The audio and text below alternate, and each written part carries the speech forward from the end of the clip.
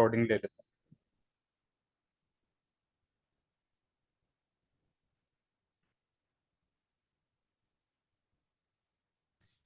अच्छा,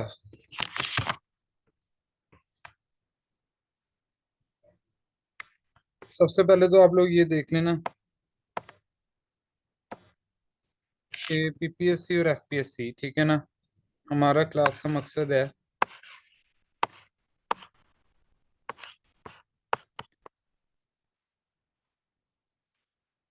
अच्छा, इन दोनों में सबसे ज्यादा चीजें कॉमन है जो मैं हर क्लास के शुरू में बताता हूँ, ठीक है, सबको, तकरीबन सब स्टूडेंट को। और ये बड़े ध्यान से देखने वाली पहली क्लास में, ठीक है। 70% आता है इसमें पास पेपर से, 30% आता है न्यू और वाइल्ड कार्ड क्वेश्चन, ठीक है, यानी जो किसी ने नहीं देखे होते। तो हमारी कोशिश होती है पीपीएससी या पेपर करते हुए ये जो 70% है इसमें हम गलती की गुंजाइश कोई ना छोड़ें, ठीक है। जब हम इसमें गलती की गुंजाइश नहीं छोड़ते तो अक्सर 4-5 सीटों वाला जो पेपर होता है उसमें 1:5 के हिसाब से उन्होंने कैंडिडेट उठाने होते हैं इंटरव्यू के लिए, ठीक है। यानी फर्ज करो 5 सीटें हैं तो उन्होंने 25 बंदे उठाने हैं इंटरव्यू के लिए, ठीक है। तो उसमें जब आप 70 क्वेश्चन अगर सही कर देते हैं तो आपका चांसेस हो जाते हैं कि आप इंटरव्यू के लिए उसमें सिलेक्शन हो जाएगी आपकी, ठीक है ना। ये एक चांस होता है, ठीक है। तो आपने कोशिश करना है जो आपका जीके है, यानी जो पास पेपर में आया हुआ है, पास पेपर के लिए मैं सबको एक बुक रिकमेंड करता हूँ, इम्तियाज शाहिद की। इम्तियाज शाहिद के पास पेपर्स हैं, ठीक है। ये मॉडल पेपर्स ही हैं पीपीएससी और एफपीएससी के आज तक जितने भी आज तक यानी पेपर आए हैं उसके ये हर साल एडिशन आता है इसका, ठीक है ना। तो आप सबने कोशिश करनी है इम्तियाज से शाहिद के पास पेपर ले लें। अच्छा यार, किसको आवाज नहीं आ रही? बाकी सबको आ रही है? किसी को कोई इशू तो नहीं? अपने माइक म्यूट कर लो आप। क्या नाम है अपना? आप माइक म्यूट करोगे तो आपको आवाज क्लियर आएगी फिर। या वीडियो वगैरह तो ऑन नहीं है? व्हाइट बोर्ड पे कोलैबोरेशन ना आप करो, सिर्फ अपनी आवाज म्यूट कर लो तो आपको आवाज आना क्लियर हो जाएगी, ठीक है। यहाँ तक बात समझ आ गई सबको? हमने कोशिश करनी है 70% जो है इसमें हम गलती की गुंजाइश कोई ना छोड़ें, ठीक है। और इसका एक ही हल है, हमने पास पेपर को जितने भी यानी आज तक पास पेपर में क्वेश्चन आए हैं उनको अच्छी तरह रट लेना है, ठीक है ना। अच्छा, कोई मसला नहीं। आपको अगर आवाज का इशू हो रहा है मैं आपको रिकॉर्डिंग दे दूंगा, हो सकता है आपके नेट में कोई मसला हो, ठीक है। तो इसमें परेशान होने की बात नहीं है, अभी हो सकता है थोड़ी डिस्टोर्शन है, थोड़ी देर बाद क्लियर हो जाएगा, आप टेंशन ना लो उसकी, ठीक है। आप हमारे साथ क्लास में ही रहो, इंशाल्लाह अभी क्लियर हो जाएगा वो सारा इशू। नहीं भी होता तो आपको रिकॉर्डिंग मिल जाएगी, ठीक है, टेंशन नहीं लेनी। जो क्लास में हो रहा है वो आपको पता चल जाए। अच्छा, ये मैंने आप सबको बता दिया, 70% हमारा आएगा पास पेपर से, 30% जो आता है वो हमारा होता है न्यू क्वेश्चन, ठीक है। न्यू क्वेश्चन में हमने मिस नहीं करने की कोशिश करनी है हम, यानी करंट अफेयर वगैरह डॉन का मैं आपको पढ़ने का तरीका बताऊंगा और इसमें शेयर भी करेंगे हम ग्रुप में, ठीक है। तो जो करंट अफेयर के क्वेश्चन है उसमें से 30% बनता है, ठीक है, और वो ज्यादातर डॉन के न्यूज़पेपर में से ही आए होते हैं, ठीक है। तो उसमें से भी हमारी कोशिश होगी 70 में से अगर हम ये 60 पैंट कर लें और इसमें से 10-15 कर लें तो 80 के करीब हमारे नंबर आ जाते हैं, ठीक है। 80 के करीब नंबर आने हैं मतलब आप मेरिट पे अच्छे चांसेस पे हो कि आपकी सिलेक्शन हो जाएगी, ठीक है। अच्छा, नेक्स्ट जो इम्पोर्टेंट चीज मैं आपको बताने लगा हूँ वो जीके के हवाले से, ये आपको समझ आ गई ना 70% और 30% वाला रूल। अब नेक्स्ट चीज बड़ी इंपॉर्टेंट है जो मैं आप सबको बताने लगा हूँ। दो तरह का होता है जीके। जीके का मतलब उजमा, कोलैबोरेशन ना करो आप इस पे व्हाइट बोर्ड पे।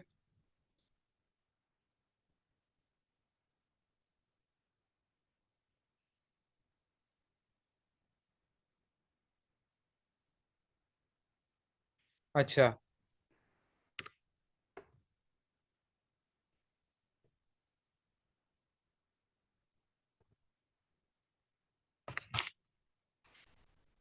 अच्छा, सबसे पहले अब ये चीज देख लें आप लोग। 70% मैंने आपको बता दिया उसमें से होता है पास पेपर में से, ठीक है। उसमें हमने गलती की गुंजाइश कोई नहीं छोड़नी।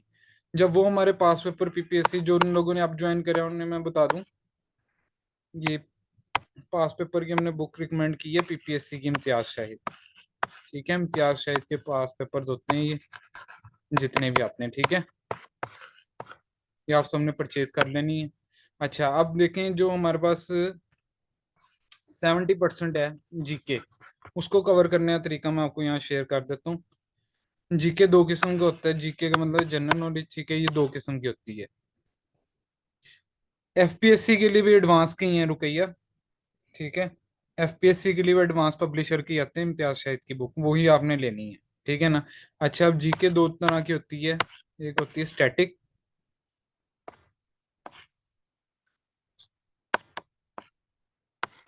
एक होती है नॉन स्टैटिक,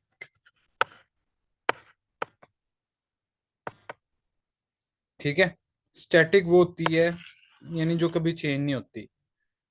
इसमें हमारे सब आ जाते हैं, जैसे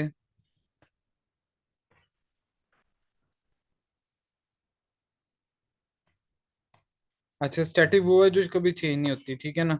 यानी इसमें हमारे तमाम ओशंस आ गए, ठीक है, रिवर्स आ गए, कैपिटल्स आ गए कंट्री के, ठीक है, और हिस्ट्री आ गई, इस्लामिक हिस्ट्री और इंडो पाक हिस्ट्री, इसके अलग अलग लेक्चर होंगे, ठीक है हमारे पास। ये सब चीज़ें स्टैटिक जनरल नॉलेज में आ जाती हैं और ये कभी चेंज नहीं होती। तो हर पेपर तकरीबन पीपीएससी और एफपीएससी का 60 to 65% इन चीज़ों में होता है, ठीक है। और हम हर लेक्चर में कोशिश करेंगे, ये भी आज ही पहले लेक्चर में मैं कोशिश करूंगा ओशंस, रिवर्स, कैपिटल्स, ये आपको सब एक ही लेक्चर में मैप के थ्रू कवर करवा दूं, ठीक है। और हिस्ट्री जब हम पढ़ेंगे, एक दो इस्लामियात की हिस्ट्री के लेक्चर होंगे, एक दो हमारे पास इंडो पाक हिस्ट्री के लेक्चर होंगे, उसमें मैं सारी हिस्ट्री कवर करवा दूंगा, ठीक है।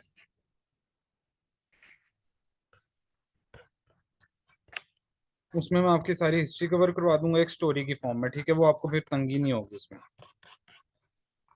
अच्छा, यहाँ तक किसी को इशू तो नहीं, समझ आ गई मेरी बातें? किसी को कोई क्वेश्चन है तो चैट पे पूछ सकता है बेशक, या माइक अपना ऑन कर सकता है, ठीक है। अब मैं स्क्रीन शेयर करने लगा, हम कोशिश करते हैं मैप क्लियर, मैप के थ्रू जितना भी स्टैटिक का हिस्सा है ना वो हम कवर कर लें, ठीक है, पहले ही लेक्चर में। और साथ साथ आप लोगों ने इसके नोट्स बनाते रहना, मैं अपने नोट्स भी आप लोगों को शेयर कर दूंगा, ठीक है। नोट्स में अपने शेयर कर दूंगा, उनको देख के आपने अपने नोट्स भी बना लेने हैं। उसके अलावा आप लोगों ने जो ना समझ आए गूगल से पूछ लेना, मुझसे मैसेज करके पूछ सकते हैं, ठीक है। अभी ये जस्ट डेमो लेक्चर है, अभी ये जस्ट डेमो लेक्चर है, ठीक है ना। एक सेकंड, बस एक सेकंड।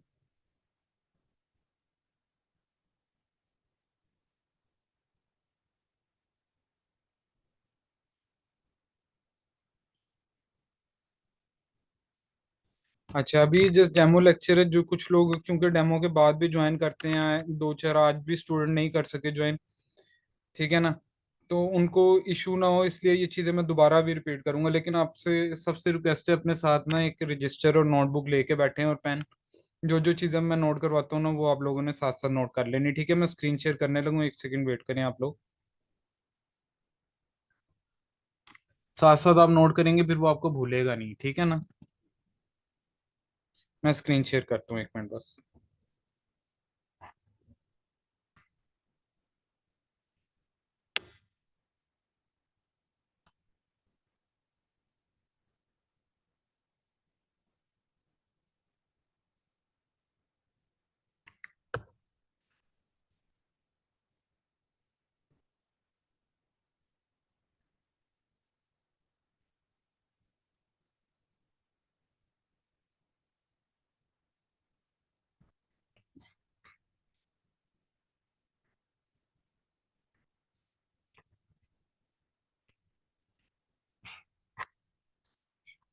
सबको स्क्रीन नजर आ रही? मुझे एक दो बंदे मैसेज पे ओके कर दें, फिर मैं इसको पढ़ाना शुरू करूँ।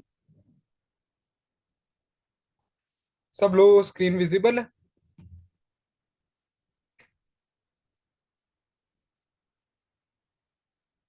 ठीक है, ठीक है, ठीक है, सबको विजिबल है।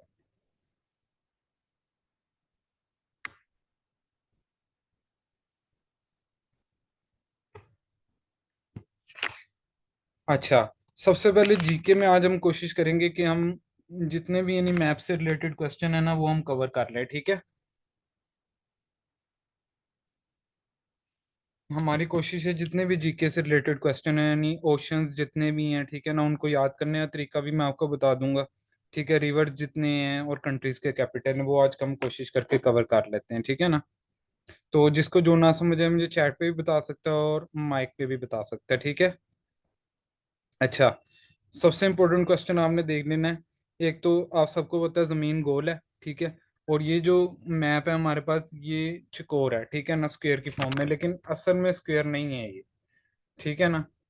असल में ये स्क्वायर नहीं है, ये है गोल ही। हमने इसमें सबसे पहले मैं आपको मैप को रीड करना सिखाता हूँ। ये जो भी हमारे सामने मैप खुला है इसको कहते हैं political map of the world, ठीक है ना। अच्छा, और इसको एक चीज ये 0 डिग्री पे बीच में काटती है, इसे कहते हैं इक्वेटर, ठीक है। ये इक्वेटर है और ये 0 डिग्री है। 0 डिग्री किस चीज की है? ये इस लाइन की है।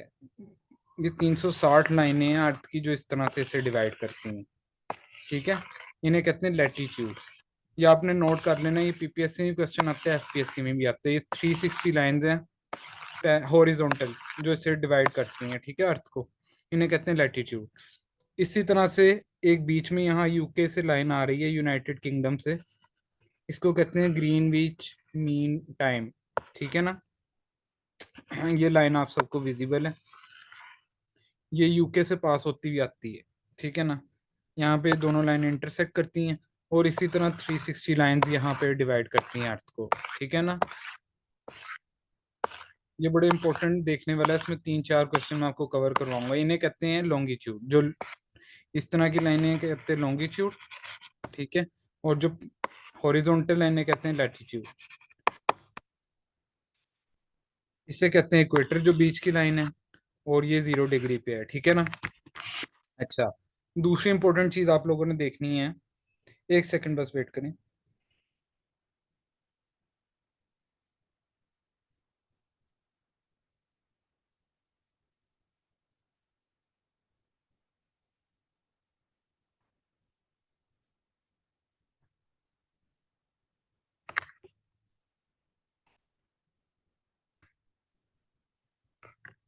अच्छा, एक चीज बस आप लोगों ने नोट करनी है इसकी ध्यान से।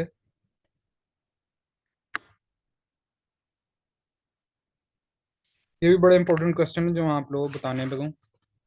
अच्छा, ये जो है ना ग्रीनविच मीन टाइम, ये ग्रीनविच मीन टाइम जो बीच वाली लाइन है, ये इसको इंटरनेशनल टाइम के लिए भी रिकग्नाइज किया जाता है लाइन को, ठीक है। यानी यहाँ से हमारा टाइम शुरू होता है यूके से। अब जिस तरह ये लाइन आगे बढ़ती जाती है, यानी 1 पॉइंट 2 पॉइंट 3 पॉइंट 4 पॉइंट, ठीक है, ये फर्ज करो यहाँ पे पांचवी लाइन है पाकिस्तान में, तो इसका मतलब है पाकिस्तान का टाइम ग्रीनविच मीन टाइम से 5 घंटे का फर्क है, 5 आवर्स का डिफरेंस। इसी तरह जब ये आगे जाते हैं तो इंडिया का आ जाता है 6 घंटे का या 5.5 घंटे का डिफरेंस, ठीक है। इसी तरह जब से ये आगे चलता रहता है ये हमारा टाइम बढ़ता रहता है, ठीक है। यहाँ पे जाएगा और फर्क पड़ जाएगा इसी तरह, ठीक है। ये चीज आपको पता होनी चाहिए, और जब ये कंप्लीट हो जाएगा तो ये हमारे 24 घंटे पूरे हो जाएंगे, ठीक है ना। ये दुनिया में इस तरह से गोल्ड टाइम चल रहा है हमारा, ठीक है। यहाँ तक किसी को कोई इशू तो नहीं। ये क्वेश्चन भी आता है पीपीएससी और एफपीएससी में कि ग्रीनविच टाइम से पाकिस्तान के टाइम का कितना डिफरेंस है।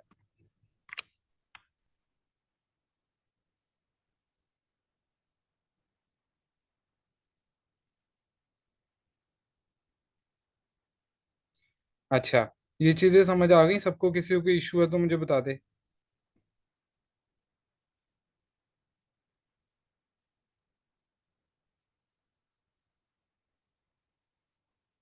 मुझे चैट पे ओके कर दें, किसी को कोई इशू तो नहीं आ रहा। Sir Greenwich and Pakistani time में सर आपने बताया था कि इसमें कितना डिफरेंस होता है? 5 घंटे का ग्रीनविच मीन टाइम से, 5 आवर का। ये जो ग्रीनविच की लाइन है ना बीच में आ रही, ठीक है, यहाँ से अगर टाइम शुरू होता है तो यहाँ तक आते आते 5 घंटे का डिफरेंस बन जाता है। इससे आगे चले जाएंगे तो इंडिया तक 6 घंटे का, फिर जाएंगे 7-8 घंटे का चाइना में, ठीक है। इस तरह डिफरेंस बढ़ता जाता है टाइम का, ठीक है। यानी जी सर फर्ज ठीक हो गया। यानी फर्ज करो यहाँ पे अगर 12 बजे हैं सुबह के तो पाकिस्तान में 5 बज रहे होते हैं शाम के, इतना डिफरेंस होता है। ठीक है, एक सेकंड वेट करें, बस कुछ लोग और ऐड होना चाह रहे हैं, उनको भी मैं ऐड कर लेता हूँ साथ।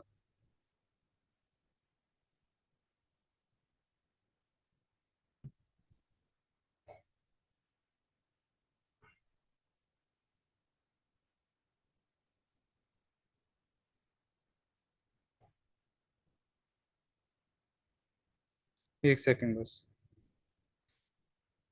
पहला लेक्चर है ना, कुछ लोगों को इशू हो रहा है इसमें ज्वाइन होने में, तो मैं उनके लिए ज़रा कोशिश कर रहा हूँ कि वो हमारे साथ साथ ज्वाइन कर लें।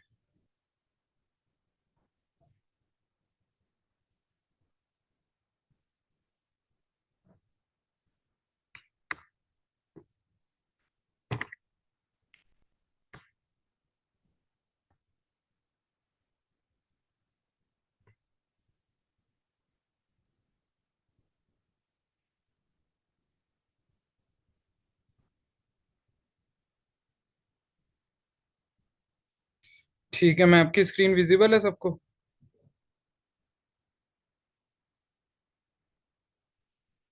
जी सर। अच्छा, नेक्स्ट देख लें अब आप लोग। सबसे पहले हमने देखना है ओशंस।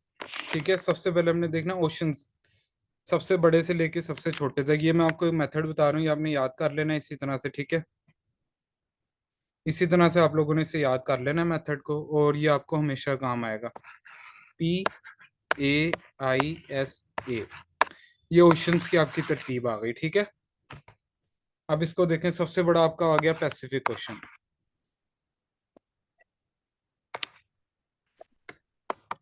ठीक है, उसके बाद आ गया आर्कटिक। ये आपका पैसिफिक ओशन है सारा। ठीक है, और आर्कटिक ओशन, फिर आ गया आई से इंडियन ओशन। ये आपने इसी तरह नोट कर लेना है। फिर सदर्न ओशन, फिर आर्कटिक ओशन, ये सबसे छोटा है। ठीक है, सबसे बड़ा पैसिफिक है, सबसे छोटा आर्कटिक है। ये कोई 25-30 मरतबा सवाल आ चुका है PPSC में, आप पास पेपर जब पढ़ेंगे तो आपको पता चलेगा। ठीक है, पैसिफिक मैंने आपको बता दिया, इस साइड पे ये है क्योंकि अर्थ राउंड है। ठीक है, तो इसी तरह इस साइड पे भी पैसिफिक का कुछ पोर्शन आता है। ठीक है, जब ये मिलते हैं तो ये एक सबसे बड़ा ओशन बन जाता है पैसिफिक ओशन। उसके बाद सबसे छोटा आर्कटिक, ये ऊपर की साइड पे है, कहीं पे इस पे पता नहीं मार्क है कि नहीं। बहरहाल ये जमा हुआ रीजन आर्कटिक ओशन है, छोटा सा। ठीक है, इसके अलावा ये इंडियन ओशन है हमारा। अब ये रेस करने लगा हूँ मैं, जो मैंने तरतीब लिखी है ओशंस की। ठीक है, ये बेशक आप लोग बाद में भी नोट कर लेना, या नेट से इसे देख लेना। मैं अब आपको लेबल करके सारा, चूंकि पढ़ाना है ये, तो इसने ज़्यादा देर नहीं लिखा रह सकता। ठीक है, लेकिन ये तरतीब लिखी रहने देता हूँ कि ये ओशंस की तरतीब है। ठीक है, इसमें सबसे इंपॉर्टेंट यही है, पैसिफिक सबसे बड़ा है, आर्कटिक सबसे छोटा है, ये दो आपको याद होने चाहिए लाजमी। ठीक है ना, और ये अटलांटिक क्वेश्चन है, इससे रिलेटेड क्वेश्चन आता है कि अमेरिका और यूरोप के बीच में कौन सा समंदर है, तो आपने बताना है अटलांटिक है, और इसका नंबर कौन सा है, दूसरा। सेकंड लार्जेस्ट ओशन है ये भी क्वेश्चन आता है। ठीक है, ओशन आप सबको क्लियर हो गए हैं? ये इंडियन ओशन है। ठीक है, क्लियर है ओशन आपको? किसी इशू तो नहीं इसमें? किसी इशू है तो मुझसे पूछ लो। इस तरतीब से आपने याद करना है, पैसा लिख के। ठीक है, PAISA, इस तरतीब से आपको हमेशा ये याद रहेंगे, कभी भूलेंगे नहीं। अच्छा, इसके अलावा ओशन हमारे हो गए हैं। अब हम देख लेते हैं कंट्रीज। ठीक है, ये भी जीके का हिस्सा है। सबसे इम्पोर्टेंट क्वेश्चन तो आप लोगों के सामने जो है वर्ल्ड मैप के हवाले से जो आता है, वो है सबसे लार्जेस्ट कंट्री कौन सी है? कौन सी है? रशिया। ठीक है, ये वर्ल्ड लार्जेस्ट कंट्री है। ठीक है, और इससे रिलेटेड, इसी रीजन से रिलेटेड एक और क्वेश्चन आता है, ये एशियन रीजन है। ठीक है, एशिया में टोटल 48 कंट्रीज हैं, और ये दुनिया का सबसे बड़ा कॉन्टिनेंट है। ठीक है, टोटल कॉन्टिनेंट 5 हैं, सबसे बड़ा एशिया है। सेकंड लार्जेस्ट कौन सा हमारा? अफ्रीका है, इसमें 54 कंट्रीज हैं, ये भी क्वेश्चन आता है। उसके बाद हमारा आ जाता है अमेरिका। अमेरिका में कितनी स्टेट्स हैं, ये भी आता है 50। ये हमारा नॉर्थ अमेरिका है, ये साउथ अमेरिका है, ठीक है। साउथ अमेरिका, ओ सॉरी, नॉर्थ अमेरिका तो ये पूरा हो गया, 50 स्टेट्स हैं इसकी। और साउथ अमेरिका से रिलेटेड क्वेश्चन आता है, इसकी सबसे बड़ी कंट्री कौन सी है? ब्राजील है, ठीक है। अच्छा, ये तो चंद बेसिक क्वेश्चन कॉन्टिनेंट्स के हवाले से हो गए। कॉन्टिनेंट्स आपको समझ आ गई है, और इसमें कंट्रीज कितनी कितनी हैं ये पता चल गया। हाँ, ये कंप्लीट मैप है, इसमें कोई इनकम्प्लीट लग रहा है? पूरी दुनिया का है ये। अच्छा, इसी तरह ऑस्ट्रेलिया भी एक कॉन्टिनेंट है, ओशेनिका भी एक कॉन्टिनेंट है जो नया आया है, ठीक है ना। वो भी मैप पे ज्यादा नहीं, लेकिन इस साइड पे करके ओशेनिका भी है। वो हमारा 8th कॉन्टिनेंट है 7 के अलावा, ठीक है ना। कॉन्टिनेंट्स आप सबको क्लियर हो गए? इसको मैं आगे भी लेक्चर में तरतीब इससे ज्यादा यानी तरतीब में बताऊंगा। ये यूरोप आपका कॉन्टिनेंट आ गया, ठीक है। इससे ज्यादा हम तरतीब में इसे डिस्कस करेंगे। आज चूंकि पहला क्लास है, डेमो है, तो आपको थोड़ी थोड़ी चीजों का मैंने आइडिया देना है सबका। अच्छा, इसके अलावा फिर देख लेते हैं हम कंट्रीज के कैपिटल कुछ। बल्कि कैपिटल से पहले हम देख लेते हैं पाकिस्तान के हवाले से कुछ क्वेश्चन, जो कि बहुत इंपॉर्टेंट है, और आपने इसको कोशिश करना है साथ साथ नोट कर लेना है। सबसे पहले तो पाकिस्तान से रिलेटेड क्वेश्चन आता है जी। पाकिस्तान के नॉर्थ में कौन सी कंट्री है? ये नॉर्थ है। फिर आता है साउथ में क्या है? फिर आता है ईस्ट में क्या है, वेस्ट में क्या है, ठीक है। ये चीज़ें आपको पता होनी चाहिए। पाकिस्तान के नॉर्थ पे है ताजिकिस्तान। पाकिस्तान के ईस्ट में आता है इंडिया, ठीक है। वेस्ट में आता है ईरान, और पाकिस्तान के साउथ में आता है अरेबियन सी, ठीक है। ये तो सबसे बेसिक क्वेश्चन है जो आपको पता होना चाहिए। मैं साथ साथ रेस कर जा रहा हूँ, फिर भी किसी को कोई इशू हो तो मुझसे पूछ सकता है। अच्छा, इसके अलावा फिर एक क्या क्वेश्चन आता है, बॉर्डर लाइंस का आता है। पाकिस्तान और इंडिया की बॉर्डर की लेंथ क्या है? 2930 किलोमीटर, ठीक है। और इसको क्या कहते हैं? Line of control, LOC। इसके अलावा क्वेश्चन आता है पाकिस्तान और अफगानिस्तान की जो लाइन है, पाकिस्तान और अफगानिस्तान का बॉर्डर है, इससे क्या कहते हैं? Durand line. ये इंपॉर्टेंट क्वेश्चन है, आप सबने इसको याद रखना है। ड्यूरन लाइन, और इसकी लेंथ आती है 2430 किलोमीटर, ठीक है। एक चीज आपने बड़ी इंपॉर्टेंट है जो याद रखनी है, ड्यूरन लाइन और पाक अफगान बॉर्डर अलग अलग है, जिसपे पाकिस्तान और अफगानिस्तान का तनाज़ा है। अफगानिस्तान ड्यूरन लाइन को नहीं मानता, ठीक है। ये मुआहिदा हुआ था 90 समथिंग में, पाकिस्तान, वो सॉरी, सब कॉन्टिनेंट और ब्रिटिश के दरमियान। अफगानिस्तान से ज़्यादातर लुटेरे इन्वेट करते थे सब कॉन्टिनेंट में, तो ब्रिटिश ने इसको एक बॉर्डर लाइन दे दी थी, ठीक है। उसको ड्यूरन लाइन का नाम दिया, क्योंकि उस दौरान वाइसराय था ड्यूरेंट, ठीक है ना। इसलिए इसको ड्यूरन लाइन का नाम दे दिया था। अब इसमें जो गौर करने वाला क्वेश्चन है वो ये है कि ड्यूरन लाइन की जो लेंथ है वो है 2430 किलोमीटर, लेकिन एक्चुअल जो पाकिस्तान और अफगानिस्तान का बॉर्डर है वो इससे छोटा है, 2230 किलोमीटर, ठीक है। अगर ड्यूरन लाइन की लेंथ आपसे पूछते तो आपने ये लिखनी, पाक अफगान बॉर्डर की पूछता है ये लिखनी है, ठीक है ना। अच्छा, इसके अलावा फिर आ जाता है पाकिस्तान के नॉन में अरेबियन सी है, ठीक है। इसके अलावा चाइना, और चाइना के साथ भी पाकिस्तान का जो बॉर्डर है ये रहा, ठीक है। इसके अलावा ईरान के साथ भी है। सबसे स्मॉलेस्ट बॉर्डर है चाइना के साथ, 526 किलोमीटर।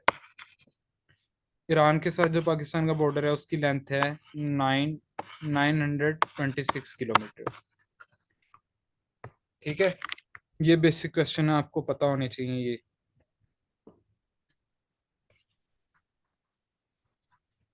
जब भी सिर्फ पाकिस्तान से रिलेटेड मैं डीप में जा रहा हूँ।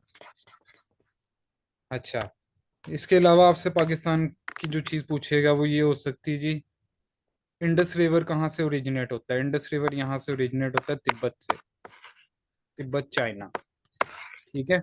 इंडस रिवर की फिर लेंथ पूछ लेता है, क्या है? 3180 किलोमीटर। इसके अलावा पूछ लेते हैं दुनिया का सबसे बड़ा रिवर कौन सा है? ये मुझे साथ साथ जो क्वेश्चन याद आ रहा है मैं आप लोगों को बताया जा रहा हूँ, ठीक है। ये मैंने आपको बता दिया, इंडस रिवर की लेंथ 3180 किलोमीटर। इसी तरह सबसे बड़ा रिवर दुनिया का है नाइल। नाइल कहाँ पे है? अफ्रीका में। नाइल की लेंथ क्या है? 6670 किलोमीटर। ये चीज आपकी फिंगर टिप्स पे होनी चाहिए सब। ठीक है, ये मोस्ट इंपोर्टेंट क्वेश्चन है, रिवर लाइन की नेल ओ सॉरी लेंथ जो है नाइल की। ठीक है, ये आप लोगों की भी फिंगर टिप्स पे होनी चाहिए चीजें। फिर वो पूछता है रिवर नाइल जो है इसकी ये कहाँ से ओरिजिनेट होता है? ये लेक विक्टोरिया यहाँ पे करके सिचुएटेड है, वहां से ओरिजिनेट होता है। ठीक है, लेक विक्टोरिया अफ्रीका में।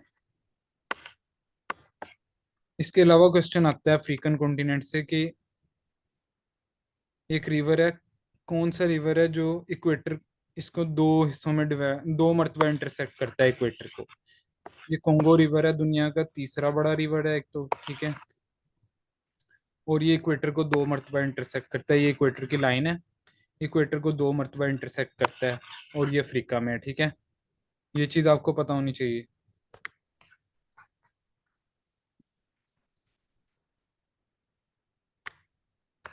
यहाँ तक किसी को कोई इशू तो नहीं? फिर हम दोबारा से पाकिस्तान पे आ जाते हैं। पाकिस्तान के चार सूबे ये सबको पता है, ठीक है ना? सबसे बड़ा सूबा कौन सा है? पंजाब है, पॉपुलेशन वाइज। ठीक है ना? अच्छा, और पाकिस्तान की कोस्ट लाइन कितनी है? 1046 किलोमीटर। ये क्वेश्चन आ जाता है। अच्छा, फिर इसके अलावा ये आ जाता है जी, बलूचिस्तान और सिंध। बलूचिस्तान में कितनी है और सिंध में कितनी है कोस्ट लाइन? बलूचिस्तान में है 800 किलोमीटर, सिंध में है 246 किलोमीटर। ये भी इंपॉर्टेंट क्वेश्चन है, आपको पता होना चाहिए। ठीक है, फिर सबसे कम आबादी के लिहाज से सबसे छोटा सूबा कौन सा है? बलूचिस्तान है। वैसे एरिया के लिहाज से सबसे बड़ा, आबादी के लिहाज से कम है। फिर पाकिस्तान की पॉपुलेशन का क्वेश्चन आ जाता है, 796,096। ये पाकिस्तान की टोटल पॉपुलेशन है। ठीक है, और पाकिस्तान दुनिया में पॉपुलेशन के लिहाज से कितनी बड़ी कंट्री है? फिफ्थ लार्जेस्ट कंट्री है। ये भी क्वेश्चन आ जाता है। ठीक है, अच्छा, एक और जो बड़ी इंपॉर्टेंट चीज मैं आपको बता रहा था वो बीच में मिस हो गई। हमने देखा पाकिस्तान का सबसे बड़ा रिवर है इंडस रिवर। ठीक है, इंडस रिवर कहाँ से ओरिजिनेट होता है? तिब्बत से। तिब्बत कहाँ पे है? चाइना में, इस मुकाम पे करके। ठीक है, यहाँ से ओरिजिनेट होता है और यहाँ पे कहाँ पे आके अरेबियन सी में फॉल करता है? ठट्टा के मुकाम पे। ये भी क्वेश्चन आता है कि अरेबियन सी में कहाँ पे फॉल करता है इंडस रिवर।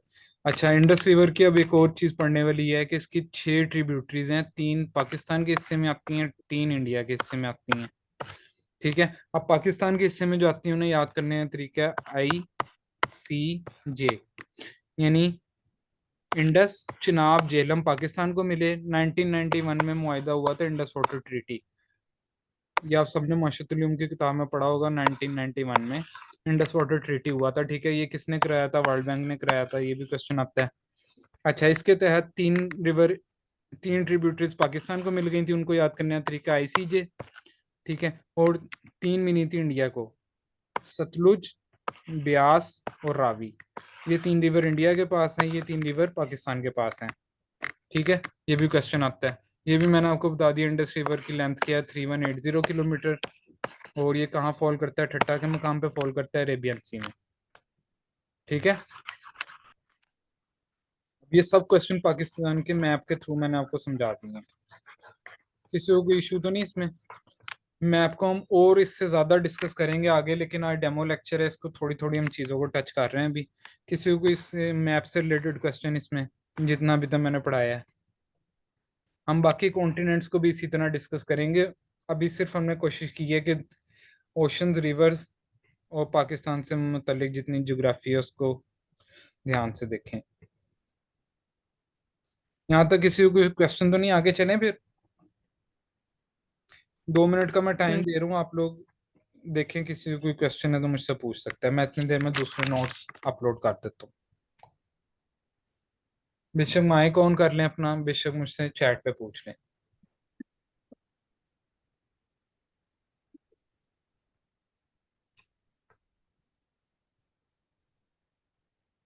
किसी को कोई क्वेश्चन नहीं है?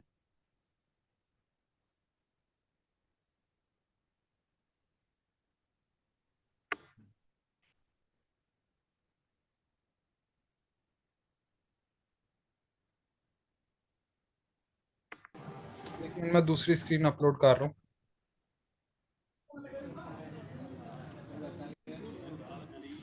यार अपना माइक म्यूट कर लो, अगर किसी ने क्वेश्चन करना है तो कर लो, लेकिन माइक ना इस तरह से ऑन करो, फिर सबको डिस्टर्ब होता है। अच्छा, टू टाइम इंटरसेक्ट की मैं दोबारा आपको समझा देता हूँ।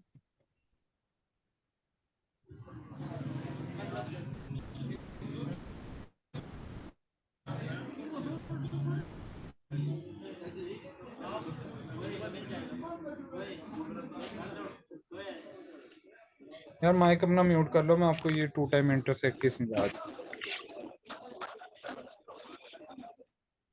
बच्चे किसका माइक ऑन है?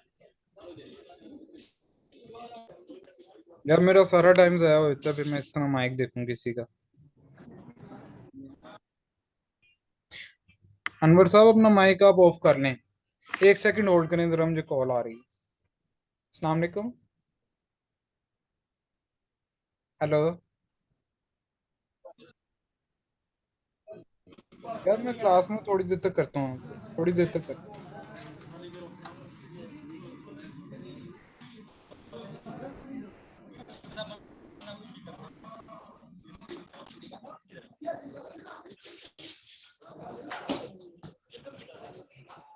अनवर साहब माइक ऑन ऑफ कर दें अपना, वरना मैं आपको मीटिंग से फारिग कर सकता हूँ। कहाँ है अनवर साहब?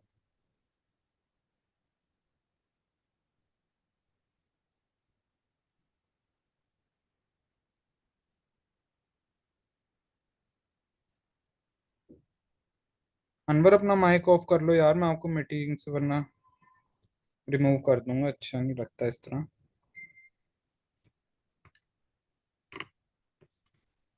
अच्छा हमारा आप क्लास में हो तो स्क्रीनशॉट ले लेना यार, अभी मैं जिस तरह आपको कहा था, ठीक है? अच्छा मैं ये इसको समझाने लगा था यार, इंटरसेक्ट का उन्होंने पूछा था किसी ने। अच्छा ये देख लो यार, ये अफ्रीकन कॉन्टिनेंट है, ठीक है, और ये इक्वेटर हमारा जा रहा है।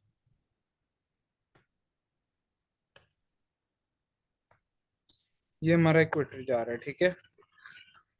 अब एक रिवर है यहाँ पे, कोंगो रिवर। कोंगो एक कंट्री भी है अफ्रीका में और रिवर भी है, ठीक है, ये कोंगो लिखा हुआ है। ये रिवर भी है हमारा, कंट्री भी है। कोंगो रिवर इस तरह से है इसकी शेप, ठीक है। कोंगो रिवर ना इक्वेटर को दो मरतबा इंटरसेक्ट करता है, ये क्वेश्चन आता है, ठीक है। और दुनिया का तीसरा लार्जेस्ट रिवर भी है कोंगो।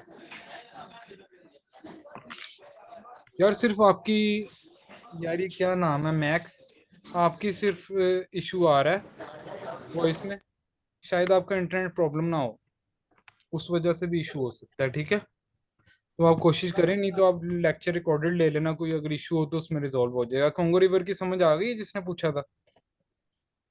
यानी ये इक्वेटर की लाइन को दो मरतबा इंटरसेक्ट करता है।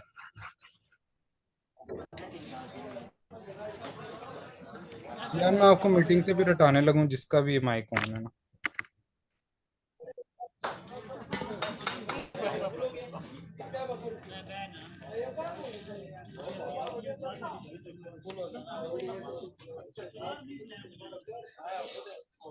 अनवर साहब माइक ऑन करके गायब हुए, मैं इनको रिमूव कर देते हैं मीटिंग से।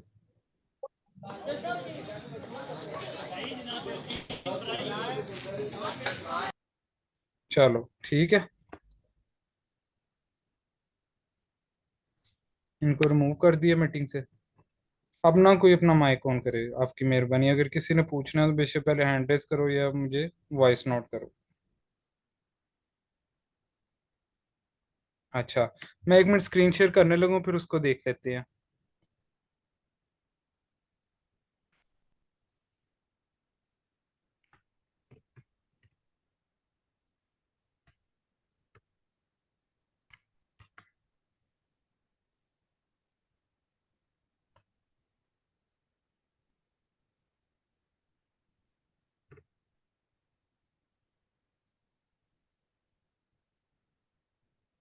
एक सेकंड बस।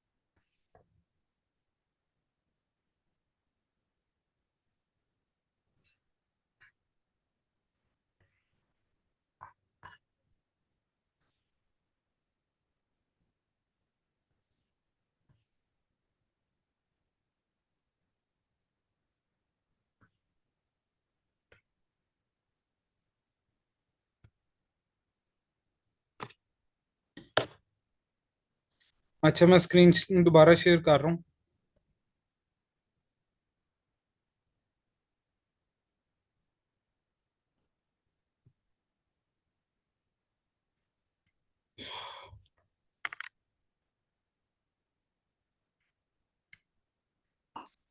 ये मुझे सब बता दें, आपको पाकिस्तान का मैप नजर आ रहा है, इंपॉर्टेंट पासेज इन पाकिस्तान। एक दो बंदे मुझे चैट में मैसेज कर दें ओके का, अगर नजर आ रहा है आप लोगों को। नो सर, अभी नहीं आ रहा। जी सर, आ रहा है। चलें, ठीक है ठीक है। अच्छा, ये इंपॉर्टेंट पासेस का बहुत क्वेश्चन आता है और ये लोगों को याद नहीं होते, ठीक है। पासेस इनको याद करने में आपको एक तो ये शेयर कर दूंगा तस्वीर, इसमें सब पासेस गिवन है, ठीक है। और ये बहुत इंपॉर्टेंट है आपके लिए, ठीक है ना। अच्छा, जो जो चीजें मैं इसमें से बताऊंगा बस आपने वो याद करनी है, इसमें से सारी चीजें नहीं आपने याद करनी, ठीक है। अच्छा, आप सबसे पहले देख लीजिए Shandur pass. It connects Chitral and GB, ठीक है। गिलगित बल्तिस्तान, इसको याद करने का एक तरीका है, जैसे मैं जीसी यूनिवर्सिटी से पढ़ा हूँ तो मैंने यूं याद किया था जीसीएस, ठीक है। अब जहाँ भी शांदूर पास का जिक्र आता है मुझे पता चल जाता है गिलगित और चित्राल के थ्रू से इन दो को कनेक्ट करता है आपस में, ठीक है। और ये कहाँ पे है, केपीके में। नेक्स्ट देखें, डार्कोड पास, ये याद करने की जरूरत नहीं, ये नहीं पीपीएससी में आता है। खुंजराब पास बहुत इंपॉर्टेंट है, ये चाइना बॉर्डर पे आता है खुंजराब पास, जो लोग गए हैं उन्हें पता होगा, ठीक है ना। तो इसको, ये किन दो को कनेक्ट करते हैं, हुंजा और शिनजियांग, ये चाइना का एक प्रोविंस है, ठीक है ना। इन दो को कनेक्ट करता है। और कहाँ पे है, कराकोरम माउंटेन रेंज पे, इस साइड पे चाइना बॉर्डर पे, ठीक है। ये भी बहुत इंपॉर्टेंट है, ये अक्सर पीपीएससी और एफपीएससी में पूछते हैं। नेक्स्ट देख लें बाबू सर, इसको याद करने का मैंने तरीका रखा होता है ABJ,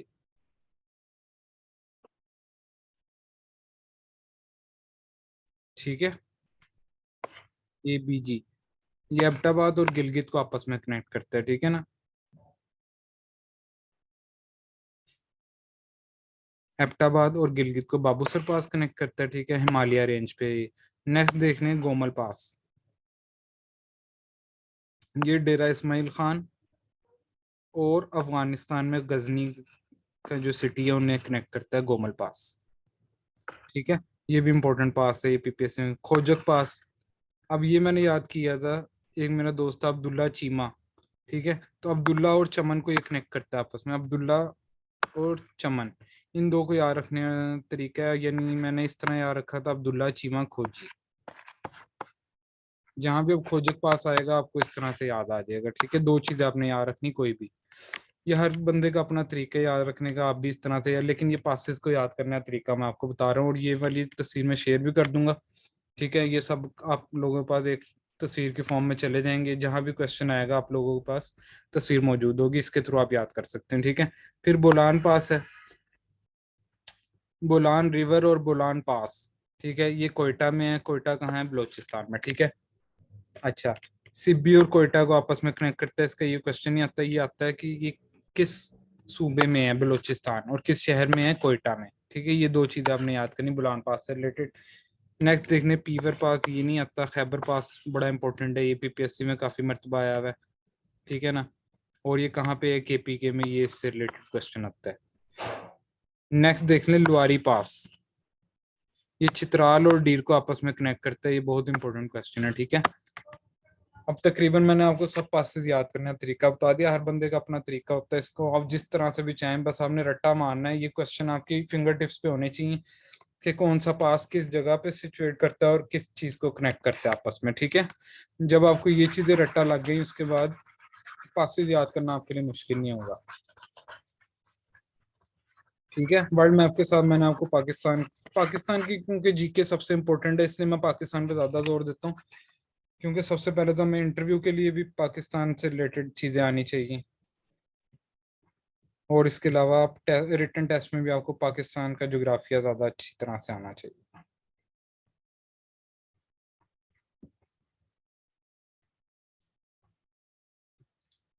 ठीक है। इसके अलावा आप दूसरे नोट्स देख लेते हैं।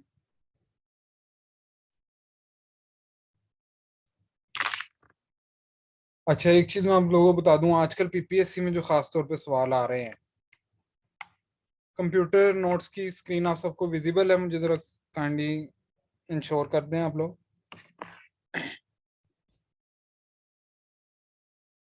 जी सर।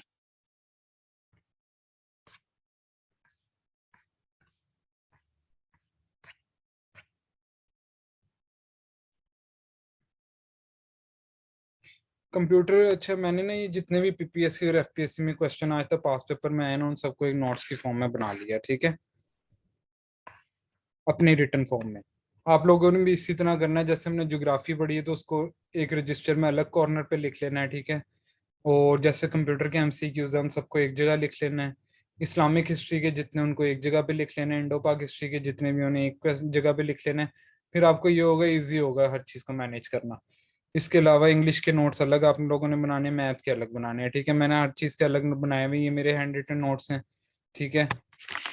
इसके थ्रू अब मैं आपको कंप्यूटर का थोड़ा ओवरव्यू देता हूँ। आज तक जितने भी पीपीएससी और एफपीएससी में क्वेश्चन आए हैं कंप्यूटर से रिलेटेड, कंप्यूटर में ज़्यादातर माइक्रोसॉफ्ट ऑफिस से रिलेटेड क्वेश्चन आते हैं, ठीक है। तो उसके लिए ये है कि जिन लोगों का तो डेली का यूज़ है माइक्रोसॉफ्ट ऑफिस का, उनके लिए तो आसान होता है, लेकिन जिनका नहीं है तो उनको जाहिर बात है रट्टा मारना पड़ेगा। अब इससे रट्टा मारने का तरीका मैं आपको बता देता हूँ। जहाँ भी पीपीएससी की बुक में आप सवाल देखें कंप्यूटर से रिलेटेड, उसको हमने अलग से नोट कर लेना है, जिस तरह मैंने अपने बनाए हुए। ये तकरीबन 38 पेजेस के नोट्स हैं, लेकिन इसमें हर क्वेश्चन है। इसको जब आप हफ्ते में एक आधी बारी रट्टा मार लेते हैं, दोबारा से गो थ्रू करते हैं, तो ये आपको रिमाइंड रहते हैं, क्वेश्चन भूलते नहीं है, ठीक है। अच्छा, पहला क्वेश्चन देख लें, computer can not function without operating system. अच्छा, ऑपरेटिंग सिस्टम आप सबको पता है क्या होता है। माइक्रोसॉफ्ट विंडोज हमारा ऑपरेटिंग सिस्टम है किसी भी कंप्यूटर का, ठीक है। इसी तरह मोबाइल में ऑपरेटिंग सिस्टम होता है एंड्रॉइड, ठीक है। जो पूरे सिस्टम को कंट्रोल कर रहा होता है उसे ऑपरेटिंग सिस्टम कहते हैं। कंप्यूटर में होता है विंडोज, मोबाइल में होता है एंड्रॉइड, ठीक है ना। अच्छा, और कंप्यूटर इसके बगैर फंक्शन नहीं कर सकता। अब फुल फॉर्म ऑफ वाईफाई क्या है? Wireless fidelity. ये किस सन में आया वाईफाई? 1998 में। किसने इन्वेंट किया? जॉन ओ सुलीवन ने। लेकिन ये इतना इंपॉर्टेंट नहीं, इसका वायरलेस फिडिलिटी का अक्सर आता है क्वेश्चन, ठीक है। ये चीज़ आपको लाजमी आनी चाहिए। नेक्स्ट देख लें आप, computer virus is a computer program. Virus जो भी होता है कंप्यूटर में, वो किसी ना किसी ने प्रोग्राम की फॉर्म में लिखा होता है। Following files have an MPG extension. MPG extension किनकी होती है? वीडियो। आप अक्सर मोबाइल में वीडियो बनाते हैं या कंप्यूटर में सेव करते हैं, तो उसके आगे एक्सटेंशन आ जाती है, किसी भी नाम से सेव करें तो डॉट एमपीजी के नाम से। अब डॉट के आगे जो भी चीज आती है वो उस फाइल नेम की एक्सटेंशन होती है, ठीक है। इसी तरह वर्ड की फाइल की एक्सटेंशन क्या होती है? विन डॉट वर्ड, ठीक है। इसी तरह ऑडियो फाइल की होती है AMV। इसी तरह इमेज फाइल की होती है JPG, ठीक है। ये डिफरेंट डिफरेंट एक्सटेंशन हैं, पीपीएससी में अक्सर क्वेश्चन आते हैं, इसमें भी आगे आए हुए हैं। तो आप लोगों ने एक जगह पे इन चीज़ों को लिख लेना ताकि आपको याद रहे, ठीक है। अच्छा,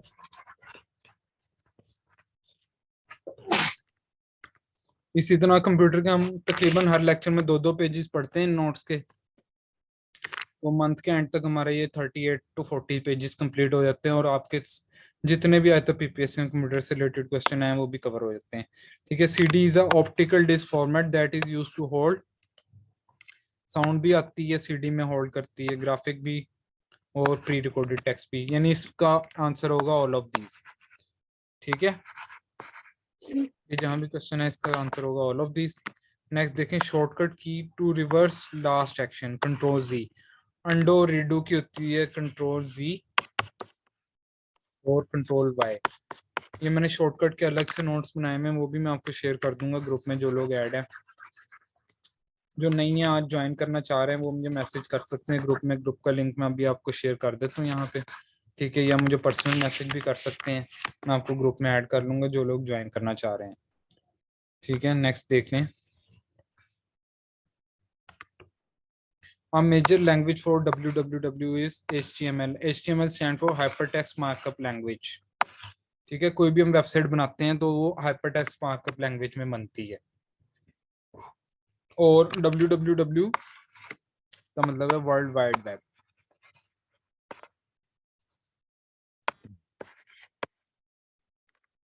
ये भी अक्सर क्वेश्चन आता है किस चीज की एब्रीविएशन है। और ये किसने डेवलप की? टिम बर्नर ली ने की है, 1996 में की है, ठीक है, 1990 में, सॉरी। नेक्स्ट देख लें, column and rows calculating spreadsheet software is MS Excel. MS Excel वो सॉफ्टवेयर है जिसमें कॉलम और रोज आती हैं। नेक्स्ट देखना, device which encode character by depression of key known as keyboard, ठीक है। नेक्स्ट देख लें, द यूनिट कंट्रोल और part of component of computer is called CPU, central processing unit, ठीक है। यहाँ तक किसी को इशू तो नहीं समझ आ रही चीज की?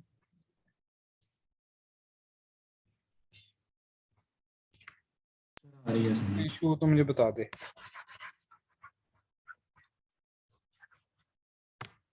इसी तरह हम आगे चलेंगे, बल्कि आज यहाँ तक पढ़ते हैं कंप्यूटर का, ठीक है। कल इसको ही हम कंटिन्यू करेंगे आगे। आज हमने एक पेज पढ़ लिया अब इसका। अब हम इस्लामियात के थोड़े से नोट्स देख लेते हैं, इंडो पाक हिस्ट्री के, वो भी इम्पोर्टेंट है, ठीक है। आज आपको ओवरव्यू देना है एक चीज़ों का, मैंने किस तरह से हम चीज़ों को लेके चलते हैं यहाँ पे। अच्छा, एक मिनट मैं शेयर करता हूँ उसको।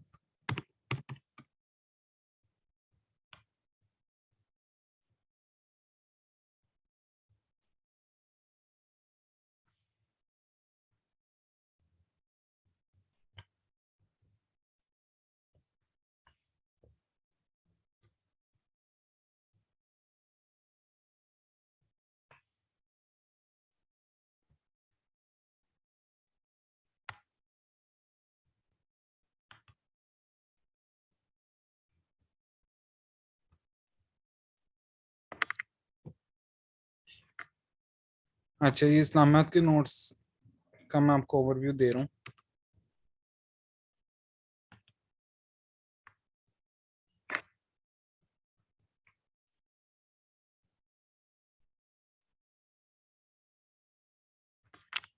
अच्छा, सबको विजिबल है इस्लामियात के नोट्स? किसी को इशू तो नहीं? जी सर विजिबल है।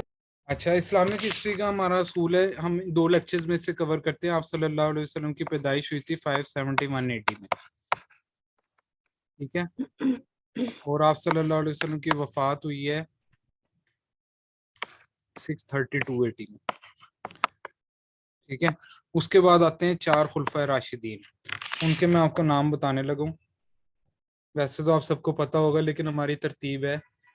अच्छा, सबसे इसके अलावा ये भी क्वेश्चन आता है कि उन खुलफाए राशिदीन का दौर कितना था। जो 4 खुलफाए राशिदीन आए उनका दौर था 30 ईयर्स, ठीक है। अच्छा, इसको हमने तरतीब से याद करना है, हर खुलफाए राशिदीन का दौर कितना है। सबसे पहले आप सबको पता है हजरत अबू बकर सिद्दीक थे, आपका दौर था 27 मंथ्स, 27 मंथ्स, ठीक है। हजरत अबू बकर सिद्दीक के ऑलमोस्ट 2 ईयर्स बनता है। ये पीपीएससी में कभी 2 ईयर्स भी ऑप्शन आता है और कभी 27 मंथ भी आता है, ठीक है। हजरत उमर रजी अल्लाह तआला अन्हु 10 ईयर्स। हजरत उस्मान रजी अल्लाह तआला अन्हु 12 ईयर्स। ये मेरे पास नोट की फॉर्म में भी बना हुआ नोट्स, लेकिन इस टाइम ज़रा जल्दी में आप लोगों को नोट्स दिखा नहीं सक रहा, इसलिए मैं आपको हाथ से बता रहा हूँ, ठीक है। उसके बाद आते हैं हजरत अली रजी अल्लाह तआला अन्हु 5 ईयर्स, ठीक है। हजरत अली रजी अल्लाह तआला अन्हु का जब दौर ख़त्म हुआ तो ये खुलफा राशिदीन के 30 साल कंप्लीट हो चुके थे। 661 AD आ चुका था और करबला का वाक़या पेश आया था, ठीक है। इससे आगे फिर डायनेस्टी शुरू हो जाती है हमारी, अब्बासी अब्बासी खिलाफत शुरू हो जाती है और मुआविया उमैयद खिलाफत, ठीक है। खिलाफत के दौर शुरू हो जाते हैं। ये चीज़ बेसिक है, लेकिन ये चीज़ें आपको लाजमी याद होनी चाहिए। हज़रत अबू बकर सिद्दीक, हज़रत उमर, उस्मान, अली, ठीक है। हज़रत उमर को कब शहीद, किसने शहीद किया था? अबू लुलू फेरोज के नाम से गुलाम था, ठीक है। अबू लुलू फेरोज। और ये किस डेट भी इनकी आती है अक्सर, ओ सॉरी, 1 मुहर्रम, 10 मुहर्रम को शहीद किया गया था हजरत उमर को, ठीक है। हजरत अली की भी डेट आती है 21 रमजान को शहीद किया गया था। यहाँ तक किसी को इशू तो नहीं? समझ आ रही है इस्लामियत के नोट्स की? अभी पीछे नोट्स भी मैंने तस्वीर खोली, वो भी आप लोगों को दिखाता हूँ। अच्छा, हमारे क्लास में हो तो यार स्क्रीनशॉट एक ले लो, या कोई भी आप लोगों में से स्क्रीनशॉट ले ले इस स्लाइड का, मुझे बाद में सेंड कर देना जरा। मुझे चैट में ओके का मैसेज कर दो अगर किसी ने स्क्रीनशॉट ले लिया है।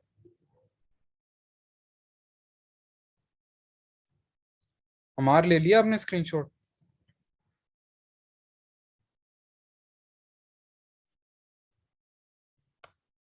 यहाँ तक किसी को इशू तो नहीं रेज करने लगूं मैं इसको सारा? ये जस्ट मैंने आपको ओवरव्यू दिया है कि इस्लामिक हिस्ट्री में किस तरह से क्वेश्चन आते हैं और हमने किस तरह से लेके चलना है। अब 571 एडी से लेके 562 ओ सॉरी 632 एडी तक, यानी आप सल्लल्लाहु अलैहि वसल्लम की वफात और उसके बाद 4 खुलफाए राशिदीन का जो दौर है, इसके दरमियान जितनी भी जंगें हुई हैं, जितने भी इवेंट्स हुए हैं, उन सबको हमने क्रोनोलॉजिकल ऑर्डर्स में लिखा हुआ है। 8-10 पेज के मेरे वो इस्लामियात के नोट्स हैं, वो भी मैं शेयर करता हूँ। उन्हीं नोट्स से हम पढ़ते हैं, वो इंशाल्लाह 2 लेक्चर्स में क्लियर हो जाता है, ठीक है। अच्छा, अब ये देख लें, इस्लामियात में सबसे पहले ये ट्री मैंने बनाया है, जितने भी अंबिया आज तक आए हैं उनसे रिलेटेड जितने क्वेश्चन आते हैं, जो मैंने हाईलाइट किए हैं वो इंपॉर्टेंट हैं बस। सबसे पहले आए हैं हजरत आदम अलैहिस्सलाम, ठीक है। फिर इनके एक क्वेश्चन आता है इनसे रिलेटेड, गंदम खाने वाला है, ठीक है। और एक चीज और मुझे याद करना है, इससे इनकी 4 जो किताबें हैं उनसे रिलेटेड भी क्वेश्चन आता है, ठीक है। तो रात, जबूर, इंजील, कुरान मजीद, ठीक है। अच्छा, हजरत आदम अलैहिस्सलाम सबसे पहले आए, हजरत इद्रीस अलैहिस्सलाम, हजरत नूह अलैहिस्सलाम, हजरत इब्राहिम अलैहिस्सलाम, ठीक है। फिर हजरत इब्राहिम अलैहिस्सलाम से हम देखते हैं हजरत इसाक और हजरत इस्माइल, ठीक है। हजरत इसाक का लक़ब हंसने वाला, हजरत इसाक से हजरत यकूब और यूसुफ, ठीक है। हजरत यूसुफ से रिलेटेड क्वेश्चन आता है कि ये किन के बेटे थे, हजरत याकूब के बेटे थे, ठीक है। फिर इनके ये 3 भाई जो हैं, ठीक है। फिर उसी तरह इन्हीं की इज़राइल की कौम से निकलते हैं मूसा और हारून, ठीक है ना। ये सारा वाक़या हम अलग से देखेंगे, जो भी मनो हाँ जी सलवा। पापा जी आए। यार किसका माइक ऑन हुआ है? माइक अपना काइंडली बंद कर लें, ठीक है। जो मनो सलवा वाला सारा वाक़या था फिरौन का, हज़रत मूसा अलैहिस्सलाम का, ठीक है ना, वो हम एक स्टोरी की फॉर्म में देख लेंगे, ठीक है। नेक्स्ट ये देखें कि हज़रत इस्माइल अलैहिस्सलाम से एक लड़ी निकलती है जो आप सल्लल्लाहु अलैहि वसल्लम तक आती है, ठीक है। इसी तरह बीच में जितने अंबिया इकराम आते हैं, यूनुस यूनुस अलैहिस्सलाम का लक़ब का क्वेश्चन आता है, जुन्नून, जुन्नून इन्हें इसलिए कहा जाता है रोशनी वाला, ठीक है। और हज़रत याह्या है लंबी उम्र, ठीक है ना। इसी तरह ये भी आता है कि हज़रत सुलेमान अलैहिस्सलाम के कितने बेटे थे, कौन कौन थे, याह्या, ज़करिया, ईसा, ठीक है। इसी तरह एक क्वेश्चन आता है हज़रत उस्मान से रिलेटेड। हज़रत उस्मान अलैहिस्सलाम का लक़ब था जुल नूरैन, यानी 2 रोशनियाँ। आप सल्लल्लाहु अलैहि वसल्लम की दो बेटियों की शादी हुई थी हज़रत उस्मान रज़ी अल्लाह तआला अन्हु से, इसलिए इन्हें जुल नूरैन का लक़ब भी मिला, ठीक है। नोट्स की समझ आई? इसका कुछ इशू तो नहीं? किसी और ट्री की समझ आई, फैमिली ट्री की? इसी तरह जितने भी क्वेश्चन बीच से निकलते हैं हम सारे इसी तरह शेयर कर लेते हैं, यहीं पे क्लास में डिस्कस कर लेते हैं इन्हें, ठीक है। इस्लामियात का ओवरव्यू हो गया।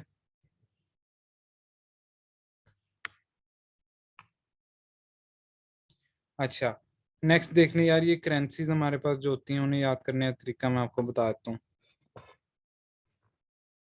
ये मैं आप लोगों से वैसे नोट्स शेयर भी कर दूंगा, ठीक है। करेंसीज से रिलेटेड अक्सर सवाल आता है और बच्चों को नहीं याद आता। अब करेंसीज को याद करने का बड़ा इजी तरीका है, मैंने अपने नोट्स में जो बनाया हुआ है, जैसे रुपी है, इसको याद करने का तरीका है पिक्स ऑफ नेपाल, ठीक है।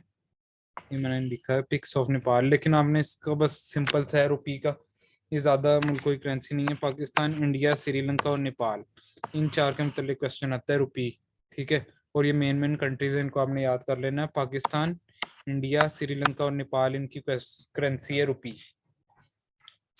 नेक्स्ट देख लें पाउंड किन की करेंसी है। ये सब कंट्री हैं, इनको याद करने का तरीका क्या है? सीसुल, Sudan, Egypt, Syria, UK, Lebanon.